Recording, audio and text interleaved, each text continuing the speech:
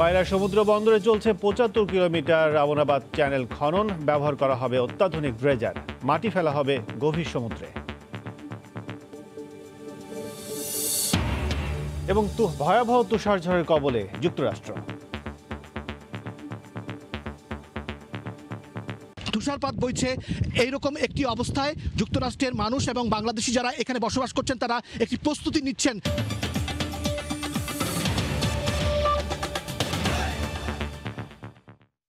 ভোরের সময় সঙ্গে আছি আমি কাজল আব্দুল্লাহ। পায়রা সমুদ্র বন্দরে শুরু হয়েছে ৭৫ কিলোমিটার রাবণাবাদ চ্যানেল খনন কাজ। প্রকল্পের কাজ পাওয়া বেলজিয়াম কোম্পানি জানিয়েছে এর জন্য খরচ হবে প্রায় ৪৩৭ কোটি টাকা। বেলজিয়াম থেকে আনা অত্যাধুনিক ড্রেজার জাহাজ দিয়ে খননের মাটি ফেলা হবে গভীর সমুদ্রে।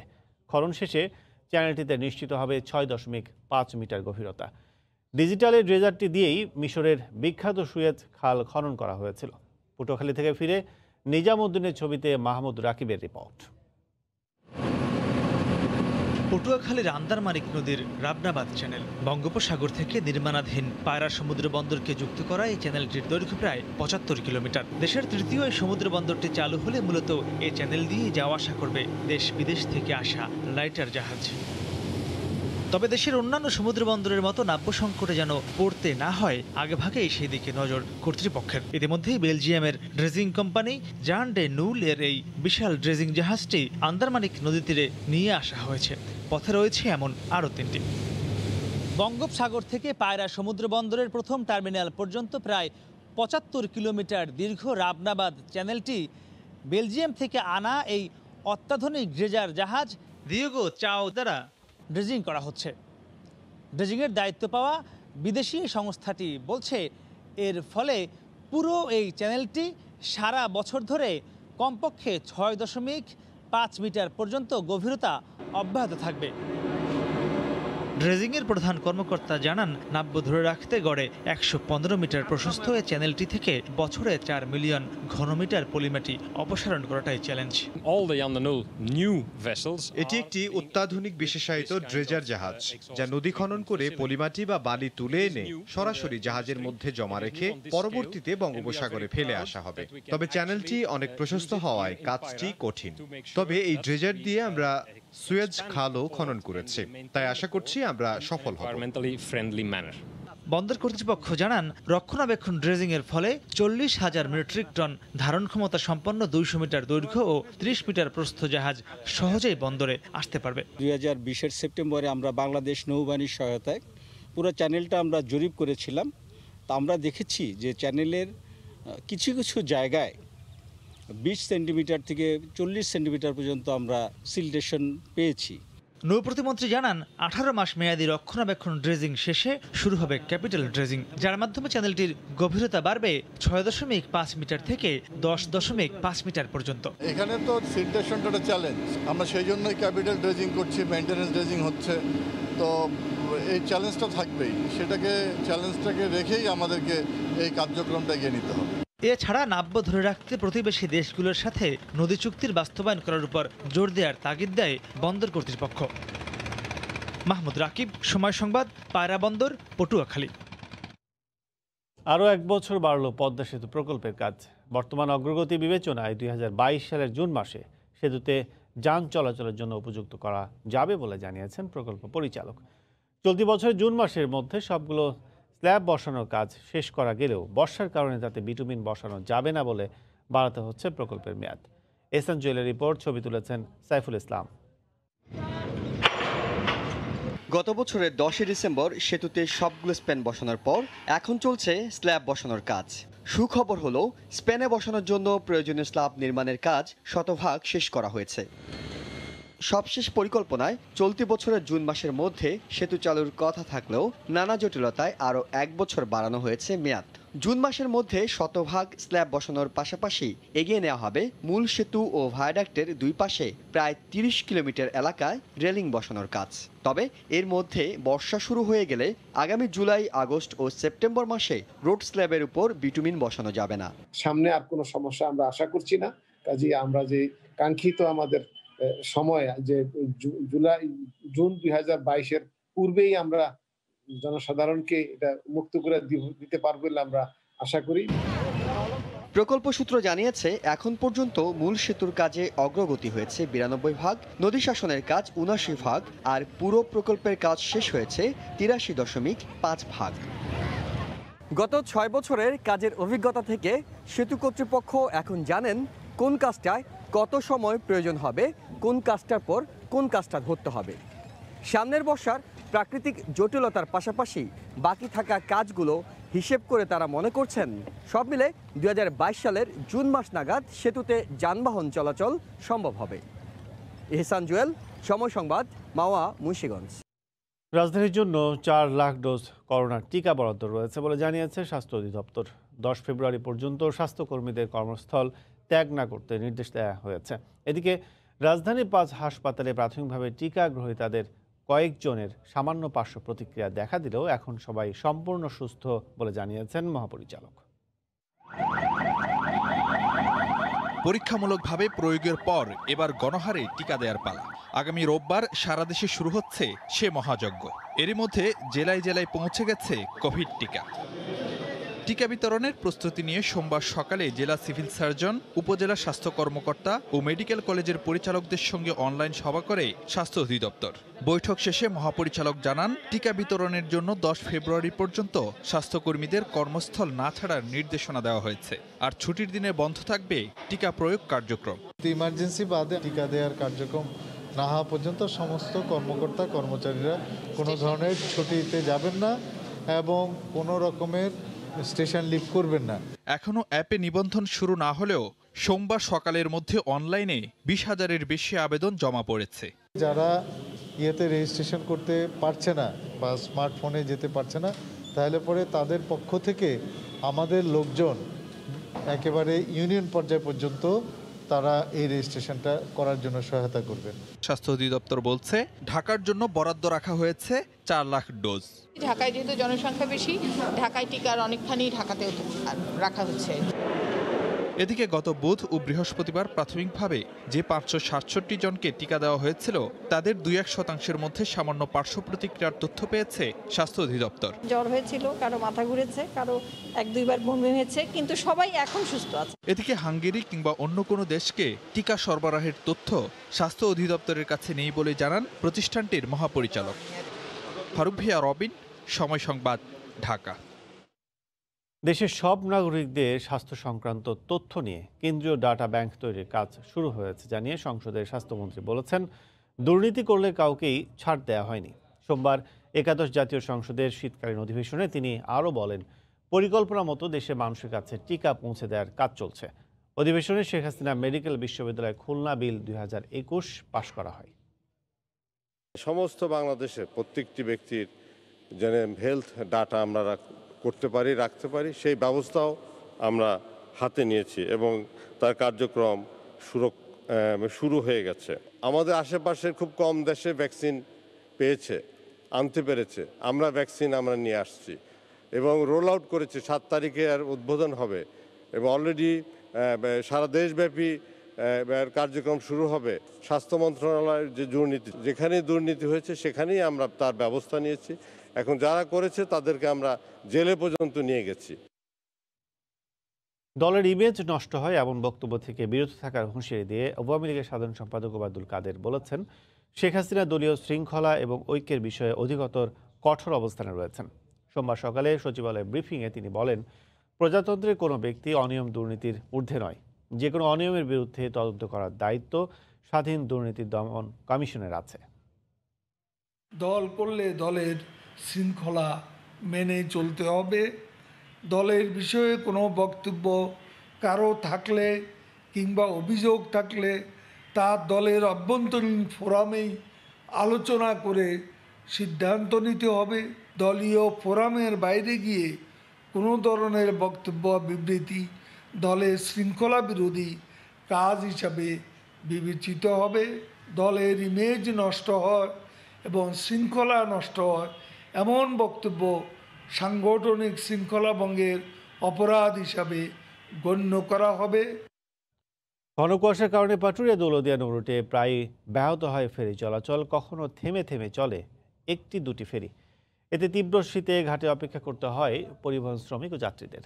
তাদের সে দুর্ভোগের কথা জানাতে ঘাট এলাকা থেকে সরাসরি যুক্ত হচ্ছেন সহকর্মী ইউসুফ আলী। ইউসুফ, কাজল, তো আজকের যে অবস্থাটা সৃষ্টি হয়েছে পাটুরিয়া দৌলতদিয়া নোটে, সে হচ্ছে রাত্রে কিন্তু কুয়াশার কারণে ফেরি চলাচল ব্যাহত হলেও কিন্তু এখানকার যারা বিআইডব্লিউটিসি কর্তৃপক্ষ সারা রাত কিন্তু আসলে ফেরি চলাচল স্বাভাবিক রাখার চেষ্টা করেছে। সেই ক্ষেত্রে কিন্তু ঘাট এলাকা থেকে খুব অল্প সংখ্যক যানবাহন রয়েছে, কিন্তু তীব্র শীতে কিন্তু যারা আসলে শ্রমিক রয়েছে যানবাহনে এবং ঘাট কর্তৃপক্ষ রয়েছে, যেমন বিআইডব্লিউটিসির যে কর্মকর্তা রয়েছে, তারা কিন্তু এই তীব্র শীতের ভিতরেই তারা কষ্ট করে আসলে এই ফেরি সার্ভিসটি আসলে সচল রাখার চেষ্টা করছে। সেই ক্ষেত্রে কিন্তু এই মুহূর্তে কিন্তু আসলে কুয়াশার মাত্রাটা বেড়ে গিয়েছে, আবার সেই ক্ষেত্রে এখন কিন্তু চরম ব্যাহত হচ্ছে ফেরি চলাচল। তবে ঘাট এলাকাতে তো আপনাকে যদি দেখাই একটু, যে ঘাট এলাকাতে যে শ্রমিকরা রয়েছে তাদের কিন্তু বিশ্রামাগার থেকে শুরু করে যে শীতের মধ্যে যে তীব্র শীতে এবং কুয়াশার মধ্যে কিন্তু আসলে অনেকটা তারা কষ্ট করছে, এবং সেই ক্ষেত্রে কিন্তু তারা আসলে একটু উষ্ণ হওয়ার জন্য, শীতের ভিতরে উষ্ণ হওয়ার জন্য তারা চেষ্টা করছে। আর সেই ক্ষেত্রে কিন্তু তারা আগুন জ্বালিয়ে খড়কুটো জ্বালিয়ে তারা আসলে এই যে একটু উষ্ণ হচ্ছে, এবং ঠিকই তারা বলছিলেন যে আসলে যে রকম শীত পড়েছে সেই ক্ষেত্রে তারা কিন্তু এই শীতের সময়ে আসলে তাদের হাত পা চালানোর সময় আসলে যানবাহন চালানোর সময় তারা আসলে হাত পা জমে যাচ্ছিল, যার জন্যে কিন্তু তারা একটু উষ্ণ হওয়ার জন্য কখনো কখনো তারা আসলে ঘাট এলাকাতে বিভিন্ন জায়গাতে আসলে তারা খড়কুটো জ্বালিয়ে এখন কিন্তু এই শীত নিবারণের তারা চেষ্টা করছে। অন্যদিকে অনেকটাই দেখেছি আমি বিআইডব্লিউটিসি টিএ কর্তৃপক্ষ থেকে শুরু করে অনেকে কিন্তু তারা আসলে একটু যে চা আসলে গরম চা এবং গরম জাতীয় যে দ্রব্যগুলো রয়েছে সেগুলোটা পান করে তারা উষ্ণ হচ্ছিল। অন্যদিকে কিন্তু পাটুরিয়া দৌলতদিয়া নোটে মোট 16টি ফেরি চলাচল করছে। আমি যদি একজন ফেরি যারা বিআইডব্লিউটিসির কর্মকর্তার সাথে কথা বলি, তাকে বলতে পারে আসলে ভাইটা আজকের অবস্থাটা কেমন, আর এই মুহূর্তে আসলে কয়টি ফেরি চলতেছে, কি অবস্থা যদি একটু আমাদের বলতেন। কুয়াশা আছে, হালকা কুয়াশা, তাতে এই কুয়াশার সমস্যা হয় না, তারপর চালাইতেছে, কিন্তু কনকনে শীতের কারণে একটু সমস্যা হচ্ছে। তারপরে এখনো 16টা ফেরি চলমান আছে, গাড়ি এই মুহূর্তে রানিং আছে, সমস্যা নেই, কোনো যানজট নেই। তো বলছিলেন আসলে এই মুহূর্তে আসলে 16টি ফেরি চলাচল করছে, কুয়াশার মাত্রাটা একটু কম রয়েছে, যার জন্য তারা আসলে ফেরি সার্ভিস চালাচ্ছে। তবে বিআইডব্লিউটিসি যারা মাস্টার রয়েছে, সুগান রয়েছে, যারা আসলে তাদের সাথে আমি কথা বলেছি, যেমন ফেরি জালালের যে মাস্টার রয়েছে আব্দুর রহমান, তিনি আমাকে জানিয়েছে যে আসলে রাতের শেষ বাগটা যেমন 3টার পর থেকে কিন্তু ফেরি চলাচল প্রত্যেক দিনই ব্যাহত হয় এবং কখনো কখনো চরম ব্যাহত হয়। সেক্ষেত্রে কিন্তু শীত থেকে তারা অপেক্ষা করেই এই নো রোডে তারা ফেরি সার্ভিস পরিচালনা করার চেষ্টা করে। তিনি কিন্তু বলছিলেন আসলে ফেরি বন্ধ করা কিন্তু তাদের কোনো লক্ষ্য নয়, তারা শীতের ভিতরে কষ্ট হলেও হাত পাও জমিয়ে আসলেও তারা ফেরি সার্ভিস সচল রাখার যারা চেষ্টা করছে।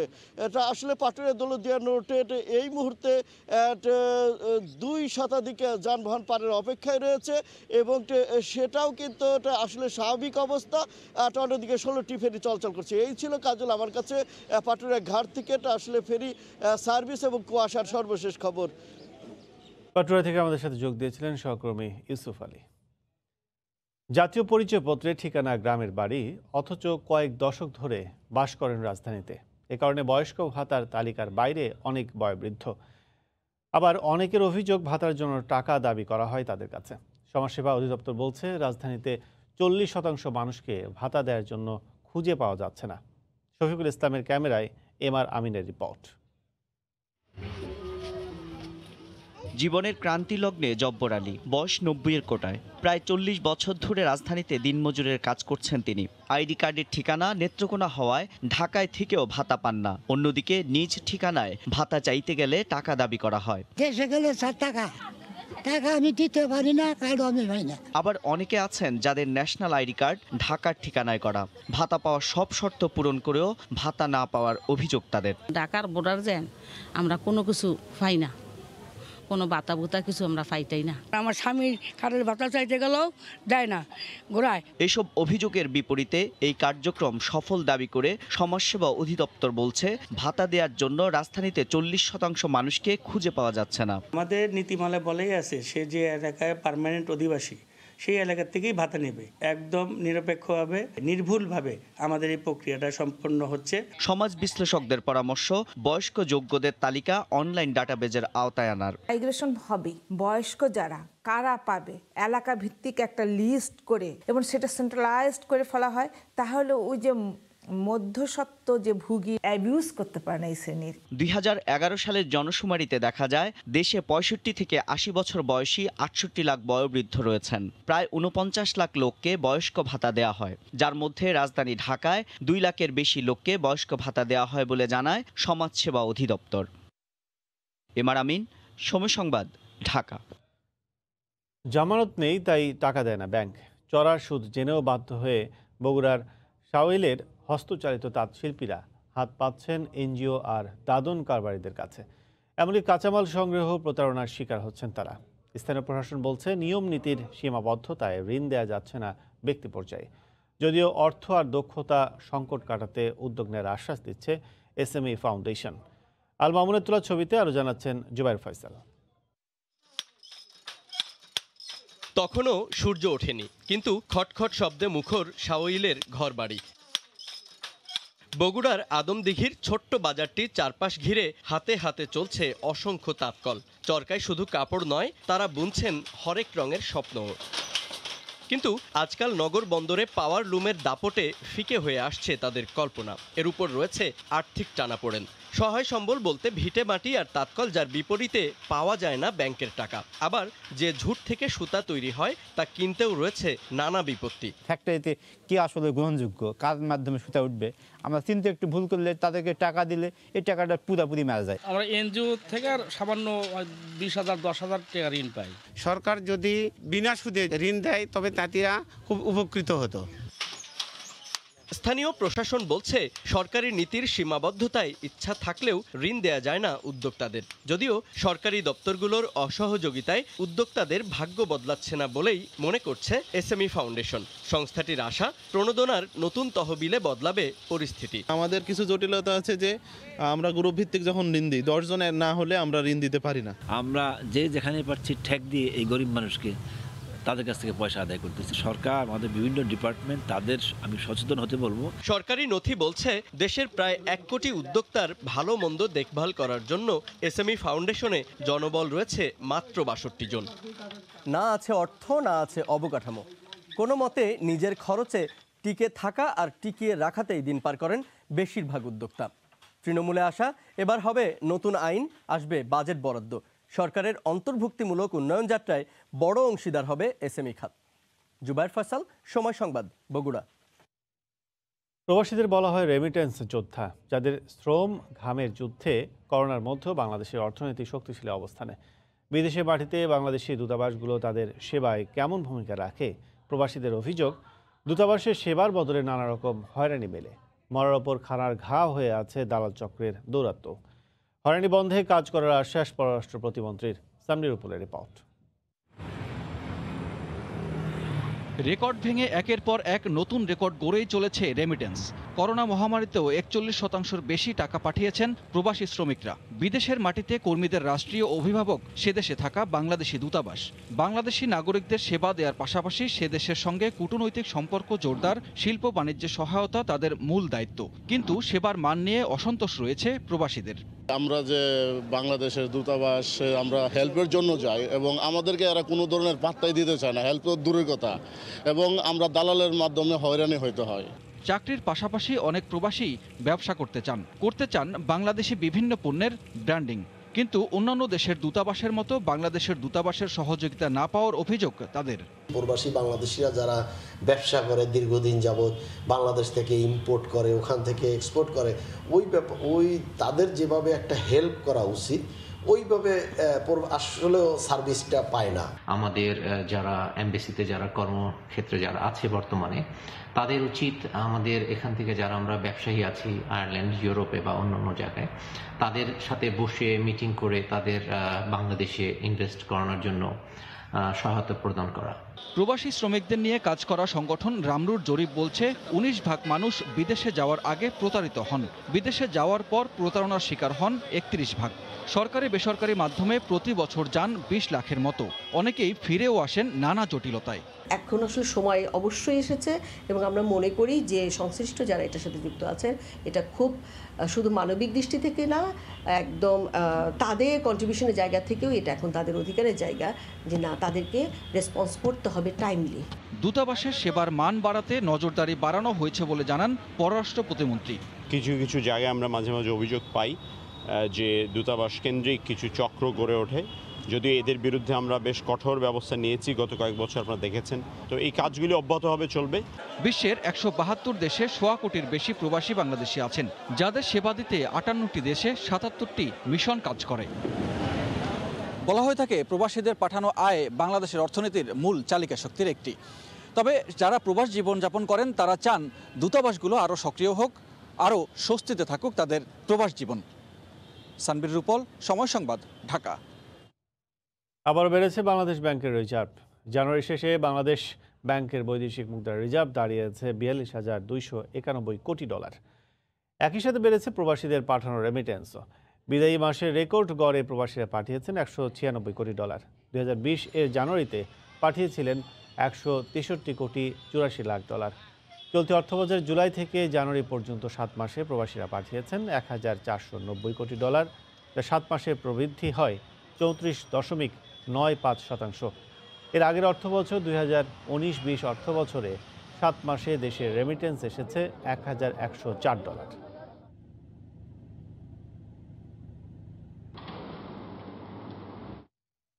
ঘূর্ণিঝড় সিডর ও আইলার আঘাতে ক্ষতিগ্রস্তের যথাযথ তদারকি এবং সংস্কারের অভাবে বিভিন্ন স্থাপনা ঝুঁকিপূর্ণ হয়ে পড়ায় সৌন্দর্য হারাচ্ছে পটুয়াখালীর কুয়াকাটা ইকো পার্ক।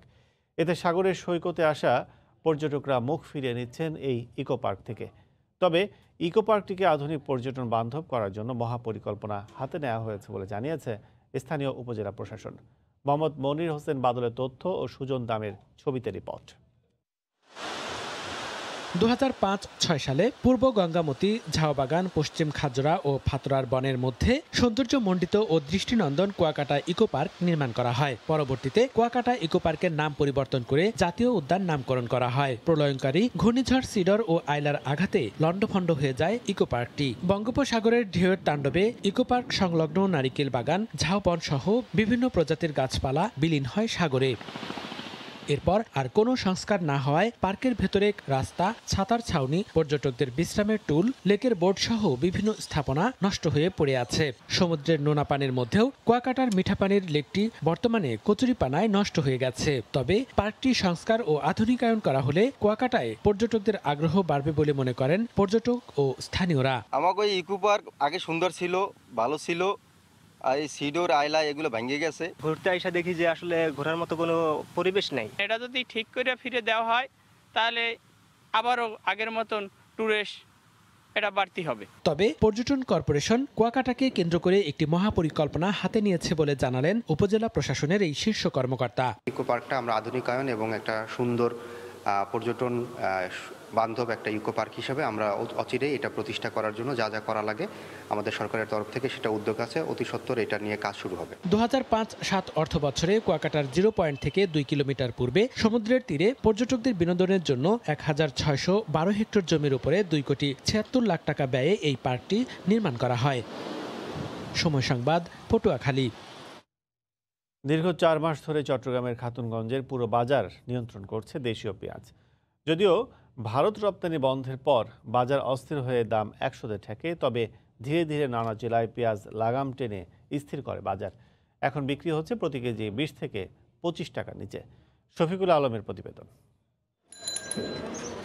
চট্টগ্রামের খাতুনগঞ্জে প্রতিদিন ট্রাকে ট্রাকে আসছে দেশীয় পেঁয়াজ। আড়তগুলোতে ভরপুর এই পেঁয়াজে মেহেরপুর, পাবনা, রাজশাহী, ফরিদপুর ও কুষ্টিয়া সহ নানা জেলার ব্যাপারীরা দল বেঁধে পেঁয়াজ আনছেন, আবার ফিরে যাচ্ছেন ভালো দাম নিয়ে। তারা বলছেন কৃষকের ঘরে প্রচুর পেঁয়াজ মজুদ থাকায় নির্ভর করতে হবে না অন্য দেশের উপর। আরো 2 মাস যদি না আসে ইন্ডিয়ান পেঁয়াজ পুরাটা বাজার নিয়ন্ত্রণ করবে। এত পেঁয়াজ এবার আবাদ করতে কৃষক। দেশি পেঁয়াজ অনেক আছে এবং দেশি বিগত ছিল, এখন সামনে আরো আসতেছে। এখন মার্কেটে সব দেশি পেঁয়াজে বললে চলে। দেশের যে পর্যাপ্ত চাষ হয়েছে, মানে দেশের যে মালের যোগান আছে তাতে অভাব হবে না। ব্যবসায়ীদের নজরও এখন দেশীয় পেঁয়াজে। মানভেদে প্রতি কেজি বিক্রি হচ্ছে 20 থেকে 25 টাকার মধ্যে। আপনার মাল বেচছি আপনার 24 টাকা, 25 টাকা, 26 টাকা। আর ফরিদপুরের মাল 26 টাকা। তারপর হচ্ছে আপনার মেহেরপুর যেটা, এটা বেচতেছি 24 টাকা। ইন্ডিয়ান পেঁয়াজ না আসলেও এই দেশের পেঁয়াজ খুব একটা বেশি, মানে 50 টাকাও যাবে না, 30, 35 বা 40-এর মধ্যেই থাকবে। ব্যবসায়ীরা বলছেন দেশীয় কৃষকদের পণ্যদানার পাশাপাশি সংরক্ষণের ব্যবস্থা করলে উল্টো রপ্তানি করা যাবে পেঁয়াজ। আমাদের এখানে সংরক্ষণের অভাবের কারণে কৃষকরা ন্যায্য মূল্য না পাওয়ার কারণে দিনে দিনে এগুলা ফসলটা উৎপাদন কোয়ান্টিটি কমে গেছে। তো এটা যদি এদের কস্টিংটা ওরা কিছুটা প্রত্যেকে তো লাভ চায়, কৃষকেরা প্রান্তিক চাষিরা টাকা পেলে তো আমার অসুবিধা নেই। দেশে পেঁয়াজের চাহিদা 30 থেকে 32 লাখ মেট্রিক টন। এবার উৎপাদনের আশা প্রায় 26 লাখ মেট্রিক টন। শফিকুল আলম, সময় সংবাদ, চট্টগ্রাম।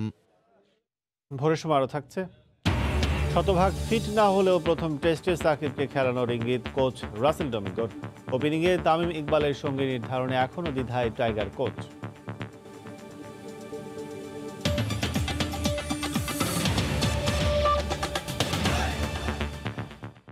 ঐতিহ্য ধারণ করে বংশানুক্রমে চলে আসছে যে পেশা নানাবিধ সংকটে পড়ে মৌলভীবাজারের বাঁশ বেত শিল্পের সে পণ্য আজ অস্তিত্ব সংকটে। পৃষ্ঠপোষকতার অভাব আর প্লাস্টিক পণ্যের দৌরাত্মের সাথে পেরে না ওঠায় শ্রমিকের সংখ্যা কমে এসেছে। সংশ্লিষ্টদের আশঙ্কায় এই অবস্থা চলতে থাকলে একসময় বিলুপ্ত হয়ে যাবে পেশাটি। তবে সম্প্রতি সহায়তার আশ্বাস দিয়েছে স্থানীয় বিসিক ও জেলা প্রশাসন। মৌলভীবাজার থেকে শাহ অলিদুর রহমানের তথ্য, ছবিতে রিপোর্ট। মৌলভীবাজারের 7 উপজেলার বিভিন্ন ইউনিয়নে কারুশিল্পীদের এই ব্যস্ততা শতাব্দী প্রাচীন। একেবারে শুরুতে শুধু পারিবারিক প্রয়োজন মেটাতে তৈরি হতো নিত্য ব্যবহার্য পণ্য। অনেক পরিবারের জীবিকার প্রধান অবলম্বন হয়ে ওঠে এগুলো। আমি আজ মনে হয় 40 বছর আমি কাম করতাম। যে সময় যেটা একটু আমি বেচতাম পারি, বিক্রি হয়, ওই সময় ওটা মানায়। ব্যবসা করিয়া বাজার নিয়ে বেশি বিক্রি করিয়া বর্তমানে 2754টি পরিবার যুক্ত আছে এই কাজে। মূলত পারিবারিক উত্তরসূরি হয়ে এ ধারা টিকিয়ে রেখেছেন স্থানীয়রা। এই অর্থ সমর্থ নাই, সরকারে কিছু সাহায্য করতো তো আমরা মনে করো মনে একটা খুশি হইল না, মনে করো আমরা একটু সাহায্য পাইলাম না। সমস্যা রয়েছে কাঁচামাল প্রাপ্তিতেও। কোথাও আবাসন, কোথাও লাভজনক অন্য কৃষি খাতে বিনিয়োগ করছেন অনেকে। তাই কমে যাচ্ছে বেত ও বাঁশঝাড়ের সংখ্যা। অনিশ্চয়তায় নতুন প্রজন্মের অনেকে চলে যাচ্ছেন অন্য পেশায়। বাঁশও খুব বেশি দাম, বাঁশ সবসময় মিলে না। এলাকার বাজারগুলো এসব পণ্য বেচা বিক্রির মূল জায়গা হলেও এখন রপ্তানি হচ্ছে বিদেশিও। কিন্তু সে সুযোগ সরাসরি নেই উৎপাদকের হাতে, যে কারণে ন্যায্য মূল্য থেকে বঞ্চিত প্রান্তিক কারিগররা। এই শিল্পকে টিকিয়ে রাখতে প্রশিক্ষণ প্রণোদনার কথা জানান বিসিক ও জেলা প্রশাসনের কর্মকর্তারা। কারিগরি সহায়তা, ঋণ সহায়তা সহ সকল ধরনের সহায়তা দিতে প্রস্তুত আছে। বিভিন্ন ব্যাংকের মাধ্যমে ক্ষুদ্র ঋণের ব্যবস্থা করা, এগুলোর ক্ষেত্রে বা ছোট ছোট মাইক্রো ক্রেডিটের মাধ্যমে তাদের এই শিল্পটাকে বাঁচিয়ে রাখার জন্য আমরা চেষ্টা করে যাচ্ছি। কাঁচামাল উৎপাদন ও সরবরাহ নিশ্চিতে সংরক্ষিত বিশেষায়িত বনাঞ্চল তৈরি ও পরিবেশ বান্ধব পণ্য ব্যবহারে গ্রাহক সচেতনতা বাড়ানোর আহ্বান কারু পণ্য উৎপাদনকারীদের। সময় সংবাদ, মৌলভীবাজার। দেশে বাইরের খবর। তীব্র তুষারপাতে বিপর্যস্ত রাজধানীর ওয়াশিংটন এবং নিউ ইয়র্ক সহ যুক্তরাষ্ট্রের বিভিন্ন শহর। বৈরী আবহাওয়ার কারণে বন্ধ করে দেওয়া হয়েছে শিক্ষা প্রতিষ্ঠান। তুষারপাতের পাশাপাশি তুষার ঝড়ে চরম ভোগান্তিতে পড়েছেন সাধারণ মানুষ। আগামী 2 দিন এই তুষারপাত অব্যাহত থাকতে পারে বলে পূর্বাভাস দিয়েছে দেশটির আবহাওয়া বিভাগ। নিউ ইয়র্ক থেকে আরও জানাচ্ছেন হাসানুজ্জামান সাকি। যুক্তরাষ্ট্রে এবং নিউ ইয়র্কে যে 10টি বড় ধরনের তুষার ঝড় হয়েছে, সেই বড় ধরনের তুষার ঝড়ের মধ্যে এটি একটি তুষার ঝড় এবং 2016 সালের পরে সবচেয়ে বড় ধরনের তুষার ঝড় কিন্তু হামলে পড়েছে এই পূর্ব উপকূলীয় অঞ্চলে। এই মুহূর্তে এখানকার যে ফেরি সার্ভিস আছে এবং ট্রেন সার্ভিস আছে সেগুলো বন্ধ করে দেওয়া হয়েছে। মাটির উপর দিয়ে যেসব ট্রেন চলাচল করে সেই সব ট্রেন বন্ধ করে দেওয়া হচ্ছে দুপুর 2টা থেকে, অর্থাৎ আর কিছুক্ষণ পর, আর 1-1.5 ঘন্টা পরই বন্ধ হয়ে যাচ্ছে। মাটির নিচে যেসব ট্রেন চলাচল করে সেগুলো চলাচল করবে, তাও সেগুলো অনেকগুলো কিন্তু সাময়িকভাবে বন্ধ করে দেওয়া হয়েছে। ফেরি সার্ভিস বন্ধ করে দেওয়া হয়েছে। ইতিমধ্যে 95% বিমান চলাচল বন্ধ হয়ে গিয়েছে যুক্তরাষ্ট্রের এই অঞ্চলে। আর যে অবস্থা দাঁড়িয়েছে তাতে করে পূর্বাভাস দেওয়া হয়েছিল 14 থেকে 18 ইঞ্চি পর্যন্ত তুষারপাত হবে। এখন কোথাও কোথাও কিন্তু এর চেয়েও বেশি পড়েছে, কোথাও কোথাও 6 ইঞ্চি, 8 ইঞ্চি এবং 12 ইঞ্চি তুষারপাত হয়েছে। যুক্তরাষ্ট্রের এই তুষার ঝড়ের সঙ্গে কিন্তু মানুষ অভ্যস্ত, কিন্তু তারপরেও এই ধরনের তুষারপাত যখন খুব নাজেহাল একটি অবস্থা তৈরি হয় এবং প্রচুর বাংলাদেশি আছেন, তারাও কিন্তু একটি বিপর্যস্ত অবস্থায় জীবনযাপন কাটাচ্ছেন। এবং আজকে প্রচণ্ড ঠান্ডা, কিন্তু এই তুষার ঝড় চলবে আগামীকাল যুক্তরাষ্ট্রের সময় মঙ্গলবার ভোর 6টা পর্যন্ত চলবে। টানা এই তুষারপাতের ফলে আগামী কয়েকদিন কিন্তু আরও অবস্থা বেগতিক হয়ে যাবে। এইরকম একটি অবস্থায় যুক্তরাষ্ট্রের মানুষ এবং বাংলাদেশি যারা এখানে বসবাস করছেন তারা একটি প্রস্তুতি নিচ্ছেন যে কিভাবে আগামী দিনগুলোতে এই তুষার ঝড় তারা মোকাবেলা করতে পারবেন। তীব্র তুষার ঝড়ে এখন বিপর্যস্ত যুক্তরাষ্ট্রের মানুষ। বলা যায় যুক্তরাষ্ট্রের পূর্ব উপকূলীয় মানুষ এখন তুষারপাতের সঙ্গে লড়াই করছে। বন্ধ হয়ে গেছে বিমান চলাচল, বন্ধ হয়ে গেছে স্কুল, শিক্ষা প্রতিষ্ঠান। সবাই এখন আগামী কয়েকদিন এই তুষার ঝড় কিভাবে মোকাবেলা করবে তারই প্রস্তুতি নিচ্ছেন। হাসানুজ্জামান সাকি, সময় সংবাদ, নিউ ইয়র্ক। দীর্ঘদিন ধরে আয়ারল্যান্ডে চলছে লকডাউন, আর এই লকডাউনে দীর্ঘ সময় ঘরে থেকে মানসিক স্বাস্থ্যের সবচেয়ে বেশি অবনতি হচ্ছে শিশুদের। স্কুল থেকে শিক্ষকদের কাছ থেকে মানসিক স্বাস্থ্য উন্নতিতে যে সহযোগিতা পেত, স্কুলগুলো বন্ধ থাকায় তা থেকে বঞ্চিত হচ্ছে শিশুরা। বিস্তারিত সৈয়দ জুয়েলের রিপোর্টে। শারীরিক, মানসিক, সামাজিক এই তিনের সমন্বয়ে গড়া মানসিক স্বাস্থ্য। আর এই স্বাস্থ্য উন্নয়নে আয়ারল্যান্ড সরকার সবসময় থাকে এগিয়ে। স্কুলগুলোতেও শিক্ষকদের দ্বারা নিয়মিত শিশুদের শিক্ষা দেওয়া হয় কিভাবে ভালো রাখতে হবে মানসিক স্বাস্থ্যকে। স্কুলগুলো খোলা থাকা অবস্থায় মানসিক স্বাস্থ্য উন্নতিতে সব ধরনের কাউন্সেলিং এর মাধ্যমে অনেক সমস্যার সমাধান হতো, কিন্তু দীর্ঘদিন স্কুলগুলো বন্ধ থাকায় তা থেকে বঞ্চিত হচ্ছে ছাত্রছাত্রীরা। মানসিক স্বাস্থ্য উন্নয়নে বর্তমান করোনা পরিস্থিতিতে সরকারকে আরো বেশি জোরালো পদক্ষেপ নেওয়ার দাবি এই শিক্ষিকার। কেবল অনলাইনে ক্লাস শিশুদের জন্য পর্যাপ্ত নয়, অনলাইন ক্লাসে অনেক কিছু থেকেই বঞ্চিত হচ্ছে তারা। বিশেষ করে মানসিক শিক্ষা নিয়ে যে সরাসরি নির্দেশনা থাকতো শিক্ষকদের পক্ষ থেকে তা এখানে অনুপস্থিত। এই বিষয়ে সরকারকে দ্রুত পদক্ষেপ নিতে হবে। স্বাভাবিক জীবনে না ফেরা পর্যন্ত মানসিক স্বাস্থ্য নিয়ে উদ্বিগ্ন অভিভাবকরাও। ছেলেমেয়েরা স্কুলে থাকলে শারীরিক এবং মানসিকভাবে ওরা অনেকটা ভালো থাকে, আবার ওদেরকে নিয়ে আমরা বাহিরে কোথাও যেতে পারছি না, এতে করে মানসিকভাবে ওরা আসলেই ভালো নেই। লকডাউনে শিশুদের মানসিক স্বাস্থ্য নিয়ে অনেক সমস্যা দেখা দিচ্ছে। আশা করছি সবাই ভ্যাকসিন নেয়ার পরে এই অবস্থার উন্নতি হবে। লকডাউনের সময়টাতে শিশুদের মানসিক বিকাশে পরিবারকে বাড়তি যত্ন নেওয়ার পরামর্শ সংশ্লিষ্টদের। সৈয়দ জুয়েল, সময় সংবাদ, আয়ারল্যান্ড। নৈশকালীন জীবনযাপনে গোটা ইউরোপে মাদ্রিদে ভিন্ন রকম খ্যাতি থাকলেও দীর্ঘ সময় ধরে শূন্যতা বিরাজ করছে শহরটিতে। সেখানে থাকা প্রবাসী বাংলাদেশিরা বলছেন এমন অস্বাভাবিক মাদ্রিদের সঙ্গে একেবারেই পরিচিত নন তারা। শহরের দর্শনীয় স্থানগুলো এখন অনেকটাই মানবশূন্য। রাতের মাদ্রিদ নিয়ে তরিকুল হাসান আশিকের রিপোর্ট। স্পেনের রাজধানী ছাড়াও ইউরোপীয় ইউনিয়নের দ্বিতীয় বৃহত্তম শহর হিসেবে পরিচিত মাদ্রিদ। প্রায় 605 বর্গ কিলোমিটার আয়তনের শহরটির পরতে পরতে রয়েছে ইতিহাস ঐতিহ্যের ছোঁয়া। দিনের আলোর বাইরেও রাতের মাদ্রিদের কদর বেশি বিশ্বের বিভিন্ন প্রান্তের দর্শনার্থীদের কাছে। তবে করোনায় বিশ্বের অন্যান্য শহরের মতো রাতের মাদ্রিদও হারিয়েছে তার আপন রং।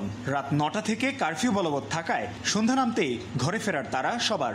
শেষ রাত অবধি উল্লাসে মেতে থাকা নগরের বর্তমান চিত্র এখন তাই অনেকটাই ভিন্ন। এই সব জায়গায় আমরা যারা থাকি, আমরা রাতে 3টা পর্যন্ত ঘুমাতে পারি না।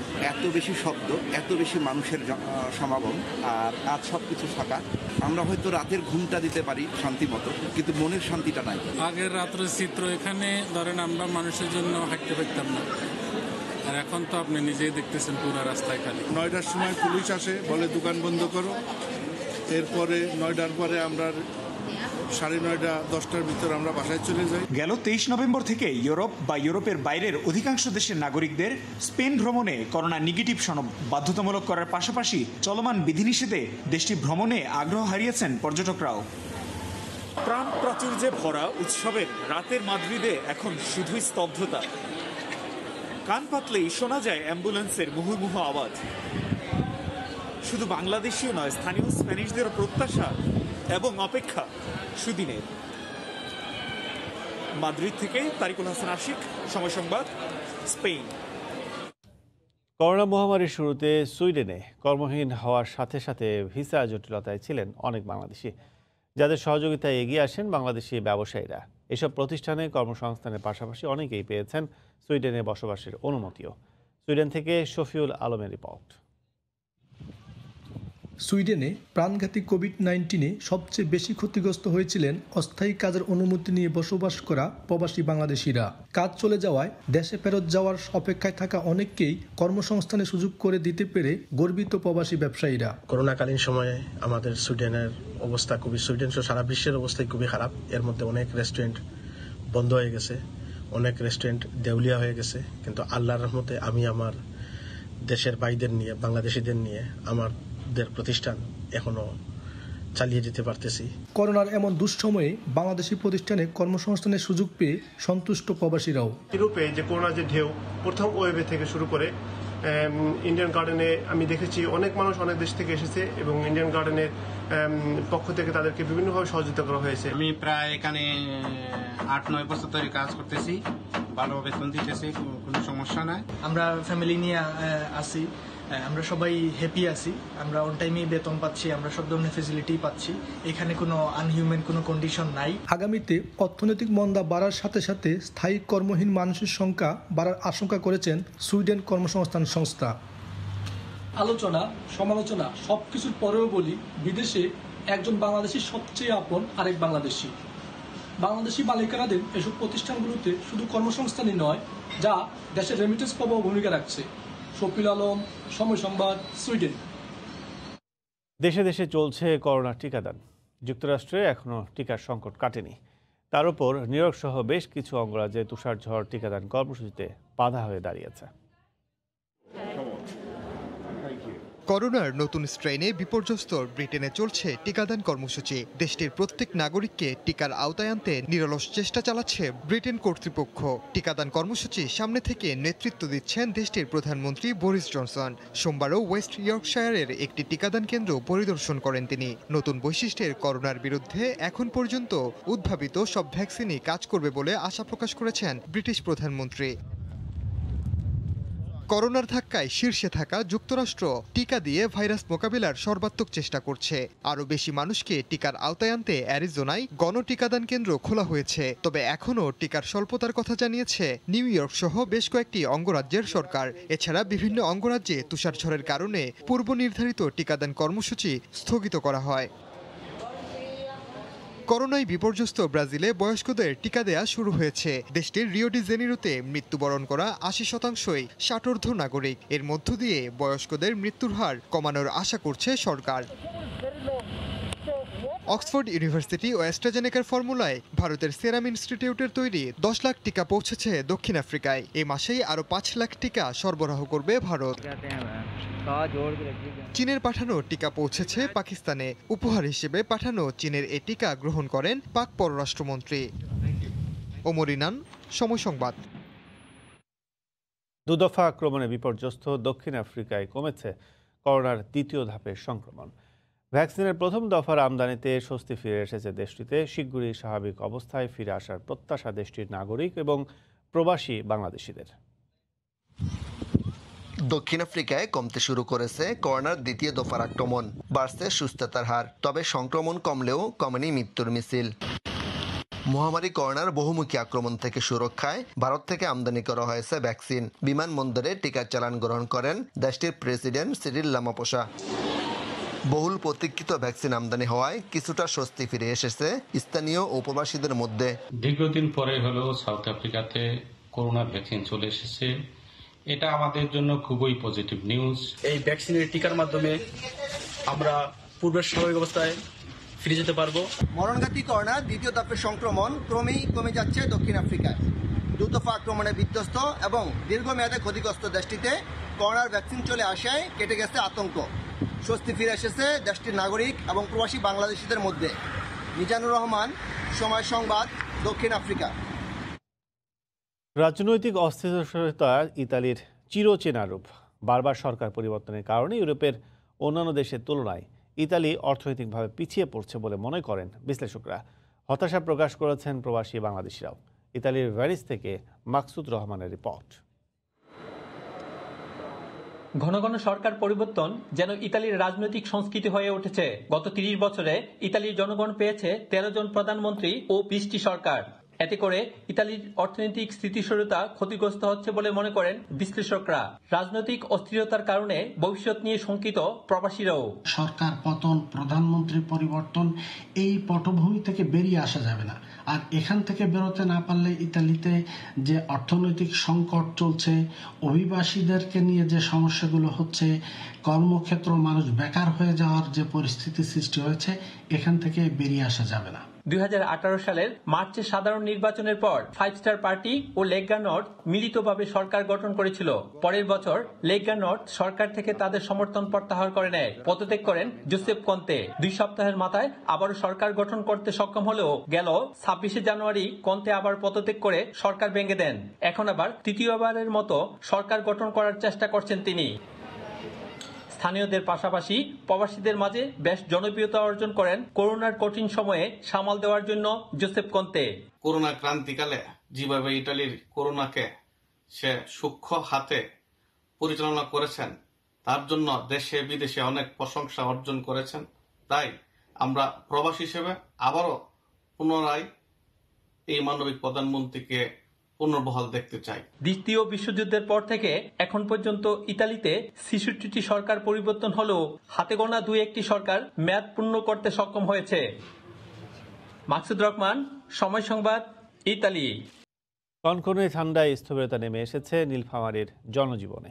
এ মুহূর্তে শহরের ঢেলপির এলাকায় আছেন সহকর্মী শাকির হোসেন বাদল। সরাসরি যাচ্ছে তার কাছে। বাদল। ধন্যবাদ কাজল। আপনারা দেখছেন যে এই মুহূর্তে আমি যে এলাকায় আছি, এই এলাকার রাস্তাঘাট সম্পূর্ণ এখনও কুয়াশায় ঢাকা।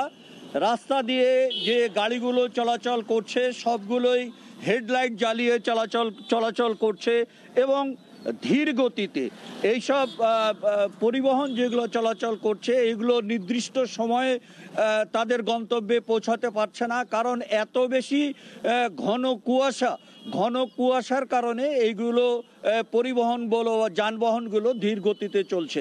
আপনাদের জানিয়ে রাখি যে গত 8-10 দিন ধরে এই নীলফামারীতে শীতের তীব্রতা এত বেশি যে মানুষের জীবন একেবারে বিপর্যস্ত হয়ে পড়েছে। আপনারা গত 8-10 দিন ধরে এখানে 9 থেকে 11 ডিগ্রি সেলসিয়াসের মধ্যে সর্বনিম্ন তাপমাত্রা উঠানামা করছে। গতকাল এবং আজকের গত 2 দিন ধরে সর্বনিম্ন তাপমাত্রা ছিল 6 ডিগ্রি সেলসিয়াস এবং সর্বোচ্চ ছিল 23 ডিগ্রি সেলসিয়াস।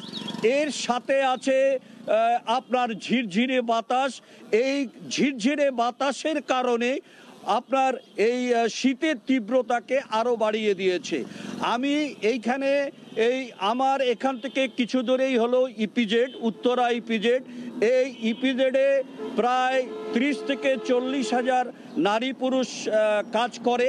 তারা সকাল 6টায় তাদেরকে বাড়ির থেকে বেরোতে হয় তাদের গন্তব্যে পৌঁছাতে।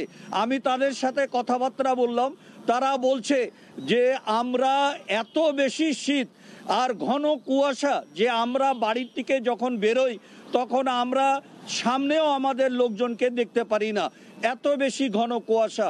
কিন্তু বাধ্য হয়ে আমাদেরকে এই হাড় কাঁপানো শীতের মধ্যেও আমাদেরকে কাজে যেতে হয় বাধ্য হয়ে। এছাড়া আপনারা জানেন যে নীলফামারী প্রধানত কৃষি প্রধান এলাকা। এই কৃষি প্রধান এলাকায় এখন চলছে ধান রোপার কাজ, কিন্তু ধান রোপার জন্য এই সময় রোপার জন্য জমিতে পানি দেওয়া হয়। শীতের কারণে এই পানিগুলো এত বেশি ঠান্ডা হয়ে যাচ্ছে যে এই কৃষি শ্রমিকরা পানিতে নেমে কাজ করতে তাদের প্রচণ্ড অসুবিধা হচ্ছে। আমরা তাদের সাথেও কথা বলেছি। কৃষি জমির যারা মালিক আছেন তারা বলছেন যে আমরা এই প্রচণ্ড শীতের কারণে আমরা কৃষি শ্রমিক পাচ্ছি না, কারণ এই উঠতে আপনার কুয়াশা কাটতে কাটতেই লেগে যায়, অর্ধেক বেলা চলে যায়, যার ফলে তারা কাজেও আসতে দেরি করে এবং এই শীতের কারণে তারা পানিতে নেমে রোপা লাগাতে কষ্ট হয় তাদের। ফলে তারা ঠিক মতন আমরা এই সময় মতন রোপা লাগাতেও পারছি না এই শীতের কারণে। তাছাড়া আরেকটি কথা জানিয়ে রাখি, আপনারা জানেন যে সৈয়দপুরে বিমানবন্দর রয়েছে। এই বিমানবন্দরে প্রতিদিন 11টি ফ্লাইট ওঠানামা করে, কিন্তু গত 15-20 দিন ধরে একটি ফ্লাইটও নিয়মিত নামছে না এবং গত 4-5 দিন ধরে আমরা দেখেছি যে প্রত্যেকটি ফ্লাইট 4টা-5টার পরে বিমানবন্দরে অবতরণ করছে, যার ফলে যাত্রীরা চরম দুর্ভোগের মধ্যে আছে এবং তারা সকালে এসে 4টা পর্যন্ত তাদেরকে অপেক্ষা করতে হচ্ছে বিমানবন্দরে।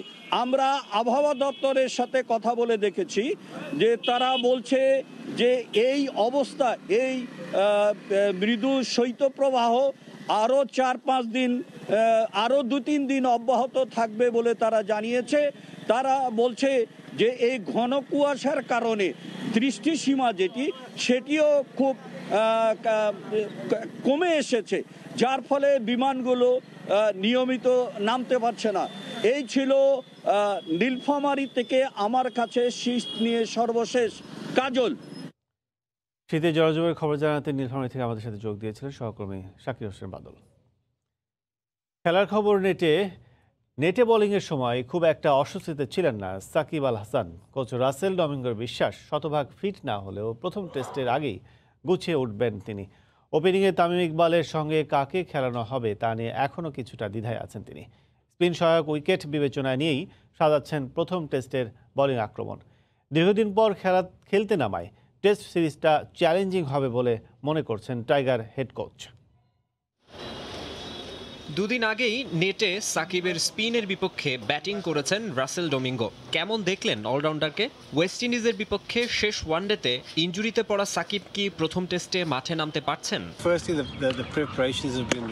টেস্টের জন্য তার প্রস্তুতি সহজ ছিল না। ফিট হয়ে উঠতে কঠোর পরিশ্রমও করেছে সে, নেটে বোলিংও করেছে, খুব একটা অস্বস্তি অনুভব করেনি। আমি এখনো বলবো না সে শতভাগ প্রস্তুত, তবে আমার বিশ্বাস যে সময়টা আছে তার মধ্যেই গুছিয়ে উঠবে।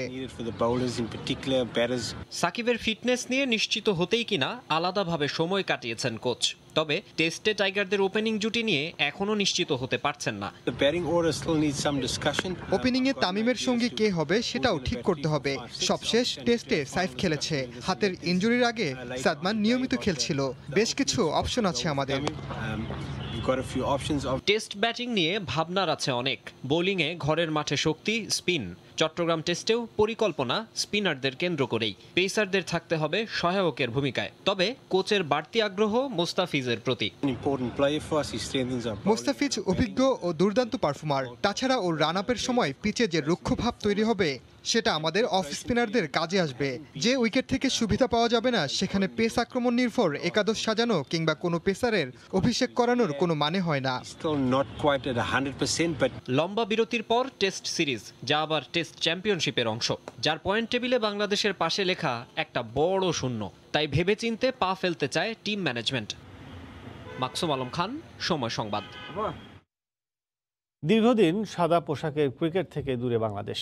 সীমিত ওভারের ক্রিকেট খেললেও এই সময়টাতে বড় পরিসরের ম্যাচ খেলা হয়নি টাইগার ক্রিকেটারদের।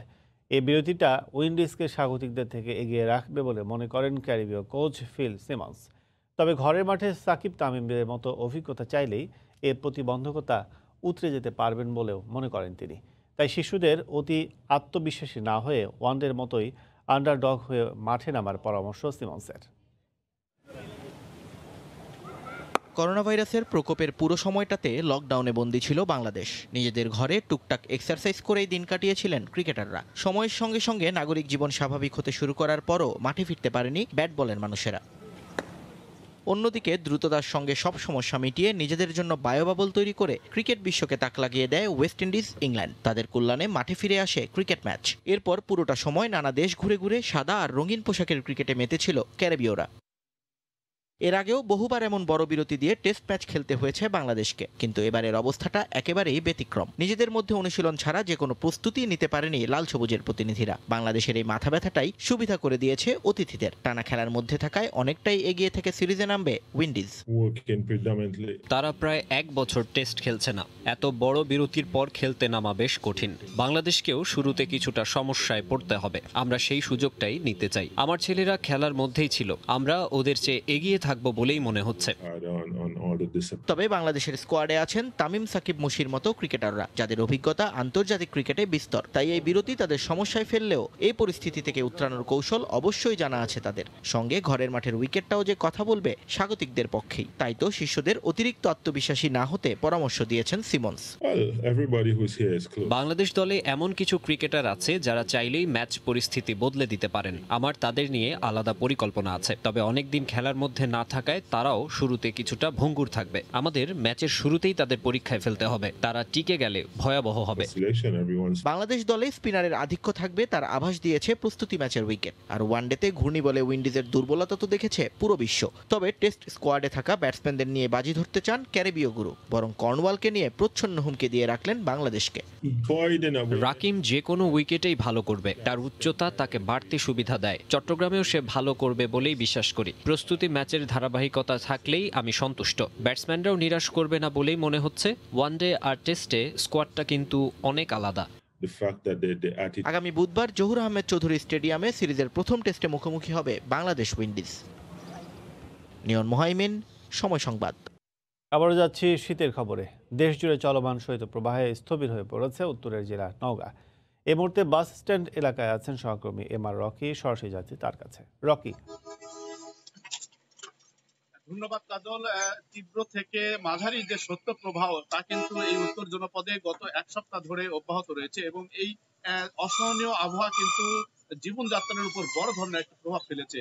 আমরা গত কয়েকদিন ধরে লক্ষ্য করছিলাম শীতের যে তীব্রতা, বিশেষ করে হিমেল বাতাস, জনজীবনে অনেকটা স্থবিরতা নেমে এসেছে। বিশেষ করে ভোর সকাল থেকে যারা কাজের সন্ধানে বের হন, যারা এই কর্মমুখী মানুষরা আসলে কাজ করার জন্য এই রাস্তাঘাটে বের হন, তাদের জন্য কিন্তু খুবই কষ্ট এখানে আমরা দেখতে পাচ্ছিলাম।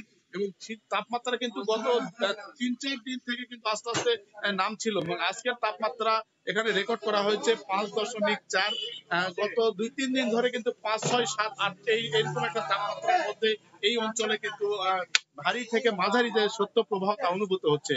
এবং এই শীত কিন্তু বলা হচ্ছে অসহনীয় পর্যায়ে এবং কিছুটা অপরিচিত এই তাপমাত্রা। এবং সাধারণত মানুষরা যারা এই কর্মমুখী তারা কিন্তু সকালে কাজের সন্ধানে বের হয়ে অনেকটা কর্মবিমুখ হয়ে ফিরছেন।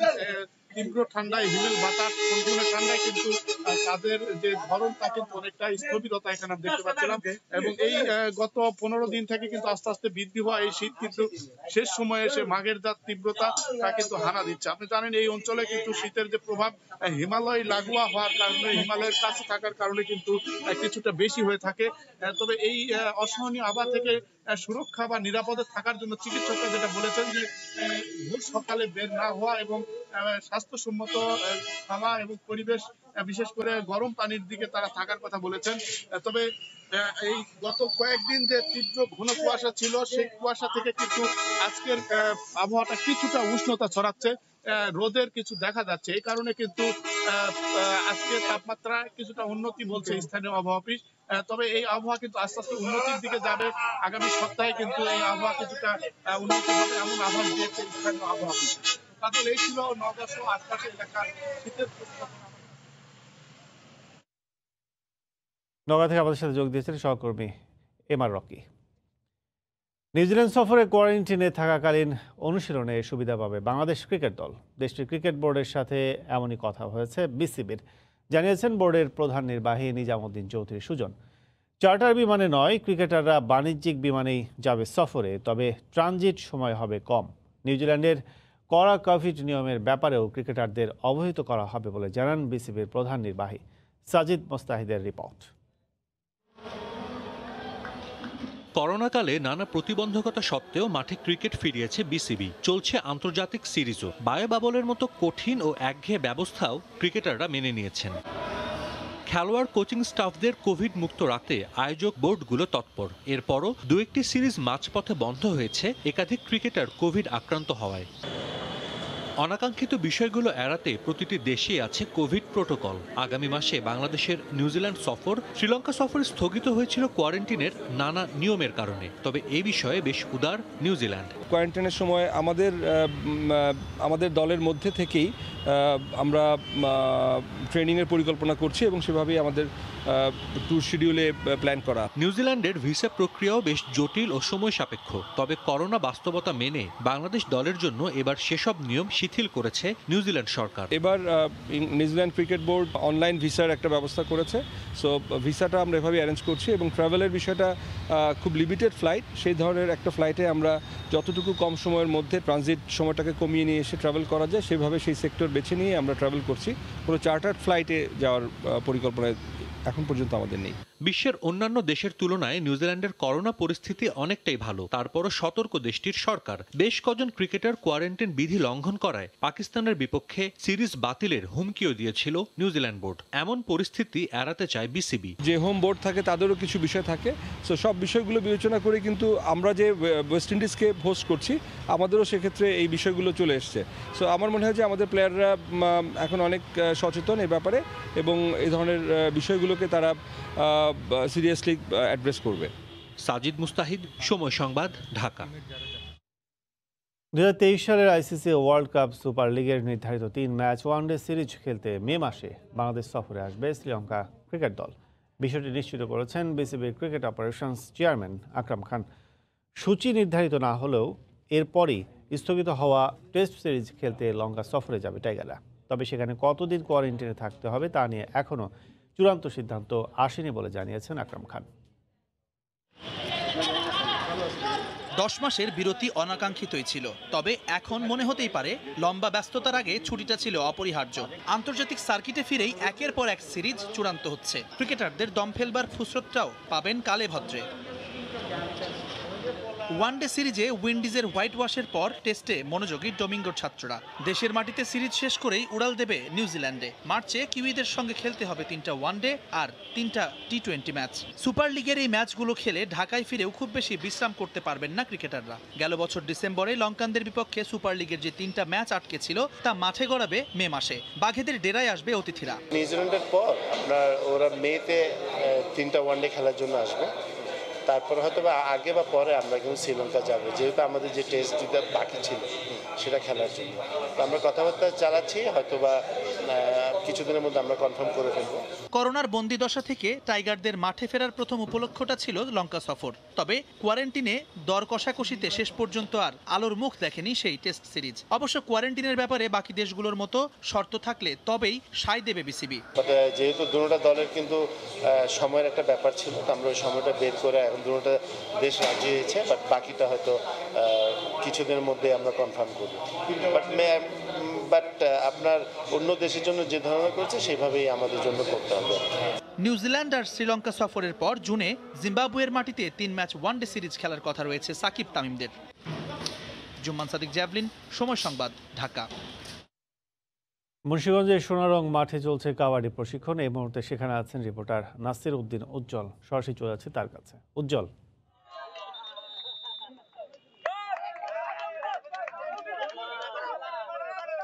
কাজল, এই যে বাঘের হাড় কাঁপানো শীতের মধ্যেই কিন্তু এই মাঠে এখন কাবাডির যে প্রশিক্ষণ চলছে, এখানে নানা বয়সীরা কিন্তু এই কাবাডি প্রশিক্ষণে অংশ নিয়ে তারা এই গ্রাম বাংলার যে সবচেয়ে জনপ্রিয় খেলা, এই খেলাটি তারা কিন্তু এখানে প্রশিক্ষণের পাশাপাশি তারা ম্যাচ খেলছেন। এবং আমরা অনেক ভোর থেকে এখানে এসে কিন্তু দেখেছি যে এই কাবাডির তৎপরতা এবং এই মাঠে যে গ্রাম বাংলার যে কাবাডি খেলাটি হয় সেটি হচ্ছে প্রতি বছর কিন্তু এখানে তাদের টুর্নামেন্ট হয়।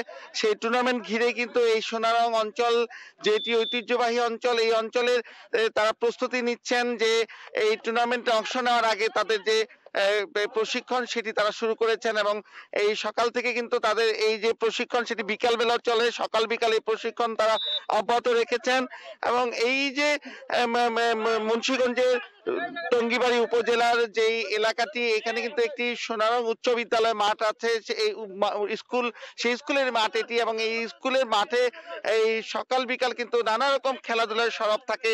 এবং এখানে শুধু কাবাডি নয়, ফুটবল, ক্রিকেট, ভলিবল সব ধরনের খেলা কিন্তু এখানে চলছে। এবং এই তৃণমূলের ক্রিয়াকে উজ্জীবিত করবার জন্য কিন্তু এখানে কয়েকজন ক্রীড়া সংগঠক আছেন যারা এই খেলাধুলাকে সরব রাখার নানা রকম কৌশল তারা কিন্তু গ্রহণ করেছেন, যার কারণে জেলা শহরে যেসব খেলাধুলা না হয় সেগুলো কিন্তু এই সোনারঙে হচ্ছে।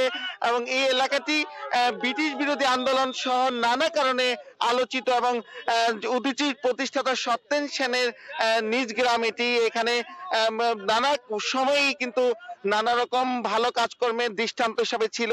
এবং এই অঞ্চলের যে বিশিষ্ট ক্রীড়াবিদ যারা রয়েছেন, এর মধ্যে কিন্তু অন্যতম যে যিনি বাংলাদেশের হয়ে পৃথিবীতে প্রথম জাতীয় পতাকা উড়িয়েছেন, সেই ইংলিশ চ্যানেল বিজয়ী সাঁতারু মোশাররফ হোসেন খান, তার বাড়িও কিন্তু এই টঙ্গিবাড়ি উপজেলায়। এরকম অনেক গুণী ক্রীড়াবিদরা আছেন কিন্তু দীর্ঘদিন ধরে এই অঞ্চলে ক্রীড়ার কিন্তু ঐতিহ্য এবং এখানকার যে ক্রীড়ার যে সমৃদ্ধ ইতিহাস সেটি কিন্তু অনেকটা পিছিয়ে গিয়েছিল। এবং সেটিকে পুনর্জাগরণ করবার জন্যই কিন্তু এই প্রতিষ্ঠান তারা নানা রকম ক্রীড়া আয়োজন করেছে।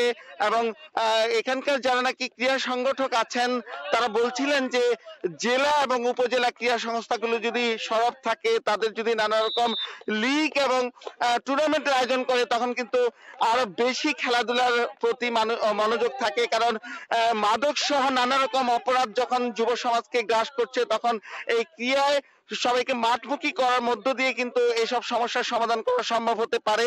সেই বিষয় নিয়ে কিন্তু তারা এই কাজগুলো করছেন। এবং এই সোনারং উচ্চ বিদ্যালয় যেটি সম্প্রতি জাতীয়করণ হয়েছে, সেই প্রতিষ্ঠানটির যে প্রধান শিক্ষক আছেন রফিকুল ইসলাম, তিনি আমাদেরকে জানাচ্ছেন যে এই মাঠটি স্কুলের হলেও কিন্তু এর সর্বজনীন, এখানে সকল ধরনের লোকজন কিন্তু এখানে তারা খেলাধুলা করছেন। এবং এই স্কুলের এই মাঠটির দীর্ঘ ঐতিহ্য, এখানে কিন্তু ফুটবল সহ নানা রকম প্রতিযোগিতা হয়েছিল এবং দীর্ঘ সময় ধরে এই মাঠে টুর্নামেন্ট ছিল। কিন্তু এই টুর্নামেন্ট কিন্তু দীর্ঘদিন ধরে নেই। এবং এই টুর্নামেন্ট না থাকবার কারণে কিন্তু এখানে খেলাধুলার একটা নানা রকম হতাশা চলে আসছিল। কিন্তু সেই হতাশাকে পাড়ি দিয়ে কিন্তু নতুন ভাবে উজ্জীবিত করবার জন্য এইসব প্রয়াস নেওয়া হয়েছে। এবং এখানে কিন্তু জেলা ক্রীড়া অফিসের তত্ত্বাবধানে মাসব্যাপী একটি ক্রিকেট প্রশিক্ষণও চলছে। এবং এই ছিল মুন্সিগঞ্জের সোনারং মাঠে কাবাডি প্রশিক্ষণের সর্বশেষ। কাজল, মুন্সিগঞ্জ থেকে আমাদের সাথে যোগ দিয়েছিলেন সহকর্মী নাসির উদ্দিন উজ্জ্বল। ওয়েস্ট ইন্ডিজের বিপক্ষে শেষ ওয়ানডেতে ইনজুরিতে পড়লেও টেস্ট খেলার জন্য ফিটই আছেন সাকিব। নেটে বোলিংয়ের সময়ও খুব একটা অস্বস্তিতে ছিলেন না তিনি, জানিয়েছেন জাতীয় ক্রিকেট দলের হেড কোচ রাসেল ডমিঙ্গো। ওপেনিংয়ে তামিম ইকবালের সঙ্গে কাকে খেলানো হবে তা নিয়ে নির্বাচকদের সঙ্গে আলোচনা করেই সিদ্ধান্ত নেবেন তিনি। দীর্ঘদিন পর খেলতে নামায় টেস্ট সিরিজটা চ্যালেঞ্জিং হবে বলেও মনে করেন ডমিঙ্গো। সাকিব আমাদের জন্য খুবই গুরুত্বপূর্ণ। শেষ ওয়ানডেতে ইনজুরির পর টেস্টের জন্য তার প্রস্তুতি সহজ ছিল না। ফিট হয়ে উঠতে কঠোর পরিশ্রম করেছে ও নেটে বোলিংও করেছে, খুব একটা অস্বস্তি অনুভব করেনি। আমি এখনো বলবো না সে শতভাগ প্রস্তুত, তবে আমার বিশ্বাস যে সময়টা আছে তার মধ্যেই গুছিয়ে উঠবে। প্রায় 1 বছর টেস্ট খেলেনি কেউ। বোলারদের ফিটনেস ঠিক রাখাই বড় চ্যালেঞ্জ। লম্বা সময় ব্যাটিংয়ের জন্য ব্যাটসম্যানদেরও মানসিকভাবে প্রস্তুত থাকতে হবে। চট্টগ্রামের সময়টা ভালো গেছে, শুধু মাঠের অনুশীলনেই নয়, জিমে ফিটনেস নিয়েও অনেক কাজ করেছে সবাই। ব্যাটিং অর্ডার নিয়ে আলোচনা চলছে। 3, 4, 5 ও 6 নম্বরে কাকে কাকে খেলানো যায় তা নিয়ে একটা আইডিয়া হয়েছে। ওপেনিংয়ে তামিমের সঙ্গী কে হবে সেটাও ঠিক করতে হবে। বেশ কিছু অপশন আছে আমাদের। স্বাস্থ্য ঝুঁকিতে থাকা সাধারণ মানুষ এবং স্বাস্থ্যকর্মীদের বাদ দিয়ে ফুটবলারদের করোনা ভ্যাকসিনের অগ্রাধিকার তালিকায় রাখা উচিত হবে না বলে মনে করেন ফিফা প্রেসিডেন্ট জিয়ান্নি ইনফান্তিনো। বিশ্ব স্বাস্থ্য সংস্থার সঙ্গে সুর মিলিয়ে বিশ্বজুড়ে ভ্যাকসিনের সঠিক বন্টনের দিকে জোর দিয়েছেন তিনিও। 2022 বিশ্বকাপের আগেই মানুষ করোনাকে হারিয়ে আবারও ফুটবল উন্মাদনায় মাতবে বলে আশা প্রকাশ করেছেন ইনফান্তিনো। করোনা ভাইরাসের হাত থেকে মানব সভ্যতাকে বাঁচাতে চলে এসেছে ভ্যাকসিন। পৃথিবীর বিভিন্ন দেশে ইতোমধ্যে তার দেয়াও শুরু হয়ে গেছে মানবদেহে। বিভিন্ন ভ্যাকসিনের নানা ধরনের পার্শ্ব প্রতিক্রিয়ার কথা শোনা গেলেও এখনও শোনা যায়নি বড় কোনো সমস্যার কথা। তবে ভ্যাকসিন নিয়ে চলছে দেশে দেশে রাজনীতি। এর বন্টন ব্যবস্থা নিয়ে শুরু হয়েছে বিভিন্ন আলোচনা সমালোচনা। অগ্রাধিকার তালিকায় স্বাস্থ্যকর্মী এবং সাধারণ মানুষদের থাকার কথা থাকলেও ফুটবলার, ক্রিকেটার সহ বিভিন্ন ডিসিপ্লিনের অ্যাথলিটদের নিয়ে মাতামাতি চলছে সব জায়গায়। বিষয়টিকে খুব একটা ভালো চোখে দেখছে না বিশ্ব স্বাস্থ্য সংস্থা। দেশগুলোর প্রায়োরিটি লিস্ট নিয়ে আপত্তি তুলেছে তারা। এবার হুর সেই আলোচনায় যোগ দিয়ে একই মত প্রকাশ করলেন বিশ্ব ফুটবলের নিয়ন্ত্রক সংস্থা ফিফার প্রেসিডেন্ট জিয়ান্নি ইনফান্তিনো। কোনো অবস্থাতেই সাধারণ মানুষের আগে অ্যাথলিটদের অগ্রাধিকার তালিকায় রাখা উচিত নয় বলে মন্তব্য তার। In terms of priorities, দেখুন, এখন সবচেয়ে বেশি ঝুঁকিতে যারা আছে তাদেরকে বাদ দিয়ে ফুটবলারদের নিয়ে আলোচনার কোনো অর্থ হয় না। স্বাস্থ্যকর্মী এবং সাধারণ মানুষদেরকেই সবার শুরুতে দেওয়া উচিত। আমি জানি সামনে অনেক টুর্নামেন্ট অপেক্ষা করছে, তার আগে অবশ্যই সবাইকে ভ্যাকসিনের আওতায় আনতে হবে। তবে সেটা কখনোই মূল অগ্রাধিকার হতে পারে না। মানুষের জীবনের চেয়ে কোনো ক্রীড়া ইভেন্ট বড় হতে পারে না। for safety reasons, in the months to come in the context of international competitions of travel. কাতার বিশ্বকাপের এখনো বাকি 1 বছরের চেয়েও বেশি সময়। এর মধ্যে ক্রীড়া বিশ্ব কোভিড ভয়াবহতা কাটিয়ে উঠবে বলেও মনে করেন ফিফা বস। তার বিশ্বাস, কাতারের প্রতিটি স্টেডিয়াম ভর্তি থাকবে দর্শক সমর্থকদের উল্লাসে। The World Cup next year will be incredible.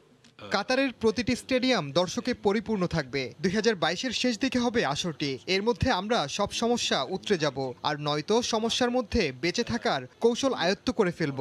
আমি দুর্দান্ত একটা বিশ্বকাপের অপেক্ষায় আছি। এদিকে ক্লাব বিশ্বকাপ নিয়ে নতুন পরিকল্পনার কথা থাকলেও এখনো কোনো দিন তারিখ ঠিক করতে পারেনি ফিফা। নিয়ন মোহাইমিন, সময় সংবাদ। 2022 সালের কাতার ফুটবল বিশ্বকাপের ফাইনাল ম্যাচের ভেন্যু লুসাইল সিটিকে সাজানো হয়েছে মনোমুগ্ধকরভাবে। সন্ধ্যা হলেই লুসাইল সিটির সৌন্দর্য উপভোগ করতে ভিড় জমান পর্যটকরা। বিভিন্ন এলাকা থেকে ছুটে আসেন প্রবাসী বাংলাদেশি সহ অভিবাসী ও স্থানীয় নাগরিকরা। কাতার প্রতিনিধি আনোয়ার হোসেন মামুনের তথ্য ছবি নিয়ে ডেস্ক রিপোর্ট। মাথাপিছু আয়ে বিশ্বের সবচেয়ে ধনী দেশ কাতার। শুধুমাত্র 2022 ফুটবল বিশ্বকাপকে কেন্দ্র করে দেশটিতে গড়ে উঠেছে দৃষ্টিনন্দন নতুন শহর ও বড় বড় স্টেডিয়াম সহ নানা স্থাপনা। নতুনভাবে গড়ে ওঠা একটি শহর লুসাইল সিটি, যেখানে আছে কাতার বিশ্বকাপের ফাইনাল ম্যাচের ভেন্যু। পর্যটকদের দৃষ্টি আকর্ষণে এখানকার উঁচু দালান কোঠায় সবসময় বিরাজ করে সাজ রব। আর লুসাইল সিটির রাতের সৌন্দর্য উপভোগ করতে প্রতিদিনই ছুটে আসেন প্রবাসী বাংলাদেশি, স্থানীয় নাগরিক সহ হাজারো অভিবাসী। এখানে এই শহরেই কাতারের ফাইনাল অনুষ্ঠিত হবে লুসাইল সিটিতে। লুসাইল সিটির রাতের অন্ধকারে যখন লাইটগুলো জ্বলে ওঠে অনেক সুন্দর লাগে। আমরা রাত্রে অনেকে আসি ঘোরার জন্য। কাতার লুসাইল সিটিকে অনেক সুন্দরভাবে সাজানো হয়েছে। আমরা প্রবাসীরা সময় পেলে এখানে ঘুরতে আসি। দিনের আলো থেকে রাতের আলো অনেক সুন্দর। কাতারের লুসেল সিটি দেখার মতো পর্যটন কেন্দ্র। 2022 ফুটবল বিশ্বকাপ আয়োজনকে সামনে রেখে ব্যাপক উৎসাহ আর উদ্দীপনা তৈরি হয়েছে দেশটির নাগরিক ও অভিবাসীদের মধ্যে। বিশ্বকাপ উপলক্ষে কাতারে গড়ে উঠেছে দৃষ্টিনন্দন সব ইমারত, যদিও বিশ্বকাপের এখনো বাকি প্রায় 2 বছর। সময় সংবাদ, কাতার। ভোরের সময় শীর্ষ সংবাদ জানিয়ে দিচ্ছে আরেকবার। পায়রা সমুদ্র বন্দরে চলছে 75 কিলোমিটার রাবণাবাদ চ্যানেল খনন। ব্যবহার করা হবে অত্যাধুনিক ট্রেজার। মাটি ফেলা হবে গভীর সমুদ্রে।